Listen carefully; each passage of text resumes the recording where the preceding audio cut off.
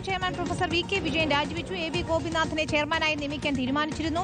തെരഞ്ഞെടുപ്പ് വിജ്ഞാപനം വരുന്നത് മുന്നിൽ കണ്ടാണ് നേരത്തെ രാജി വാങ്ങിയത്. 14-ാം തീയതിയാണ് ചെയർമാന്റെ കാലാവധി തീരുന്നത്. നമുക്ക് ഇതിൽ എ.വി. ഗോപിനാഥിന്റെ പ്രതികരണം നമുക്ക് രാവിലെ ലഭിച്ചിരുന്നു. അതിലേക്ക് കൂടി പോകാം. സ്വാഭാവികമായും അത്തരം ഒരു സാഹചര്യം വന്നാൽ അത് വരണമെങ്കിൽ മുഖ്യമന്ത്രി വിചാരിക്കണമല്ലോ, വേറെ ആരും വിചാരിച്ചാൽ നടക്കില്ലോ. മുഖ്യമന്ത്രി അറിഞ്ഞുകൊണ്ട് ആ ചർച്ചയിൽ എ.വി. ഗോപിനാഥൻ്റെ പേരിട്ട് അത് യാഥാർത്ഥ്യമായി വന്നാൽ ഞാൻ സ്വീകരിക്കും. ഞാനൊരു വലിയ ഗുരുവായൂരപ്പ ഭക്തനാണ്. കിട്ടിയാൽ ഞാൻ സ്വീകരിക്കും, തന്നാൽ ഞാൻ പോകും, ചാർജ് എടുക്കും, എൻ്റെ പ്രവർത്തനമായി മുന്നോട്ട് പോകും. ജെയ്സൺ ചാമോളൊപ്പം ചേരുകയാണ്. ജെയ്സൺ, ഏതാണ്ട് എ.വി. ഗോപിനാഥിനെ അവിടെ ഗുരുവായൂർ ദേവസ്വം ബോർഡിന്റെ ചെയർമാനായി തീരുമാനിച്ചു കഴിഞ്ഞിട്ടുണ്ട് പാർട്ടി.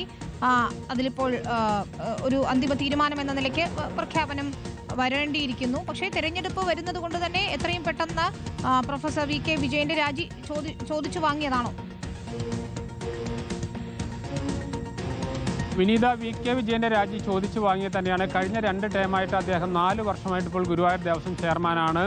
ഈ 14-ാം തീയതിയാണ് ചെയർമാൻ്റെ കാലാവധി ഇരുന്നത്. പക്ഷേ അപ്പോഴേക്കും തെരഞ്ഞെടുപ്പ് വിജ്ഞാപനം വരും എന്നുള്ളത് കൊണ്ട് തന്നെ അതും കൂടുതൽ സങ്കീർണമായ വിഷയങ്ങളിലേക്ക് പിന്നെ ഒരു പൊളിറ്റിക്കൽ പോസ്റ്റിങ്ങിനുള്ള സാധ്യത ഇല്ലാതാകും. പിന്നീട് തിരഞ്ഞെടുപ്പ് കഴിഞ്ഞ് ആര് വിജയിക്കുന്നതിനെ ആശ്രയിച്ചായിരിക്കും പിന്നീടുള്ള തെരഞ്ഞെടുപ്പുകൾ വരും. അതുകൊണ്ട് തന്നെയാണ് എത്രയും പെട്ടെന്ന് വി.കെ. വിജയനിൽ നിന്നും രാജി ചോദിച്ചു വാങ്ങിയത്. അപ്രതീക്ഷിതമാണ് എന്ന് പറയാനാകില്ല. പക്ഷേ നേരത്തെ തന്നെ അദ്ദേഹത്തോട് രാജി ആവശ്യപ്പെട്ടിരുന്ന പൂർണ്ണ മനസ്സോടുകൂടിയല്ല രാജിവെച്ചതെന്നാണ് നാം മനസ്സിലാക്കുന്നത്. 14-ാം തീയതി വരെ തീയതി തുടരണമെന്നൊരു ആഗ്രഹമുണ്ടായിരുന്നു. പക്ഷേ ഇപ്പോഴത്തെ പ്രത്യേക രാഷ്ട്രീയ സാഹചര്യത്തിൽ അദ്ദേഹം രാജി നൽകുകയായിരുന്നു. അതുപോലെ തന്നെ എ.വി. ഗോപിനാഥ് അടുത്ത ദിവസം തന്നെ അദ്ദേഹം ആദ്യം അംഗമായി തിരഞ്ഞെടുക്കപ്പെടും. അതിനുശേഷം അംഗങ്ങൾ ഒന്നിച്ചു ചേർന്ന് യോഗത്തിൽ എടുക്കുന്ന തീരുമാനത്തിൻ്റെ അടിസ്ഥാനത്തിലാണ് പ്രസിഡന്റ് പദവിയിലേക്ക് വരിക. അതാണ് ഗുരുവായൂർ ദേവസ്വത്തിൻ്റെ തീരുമാനം.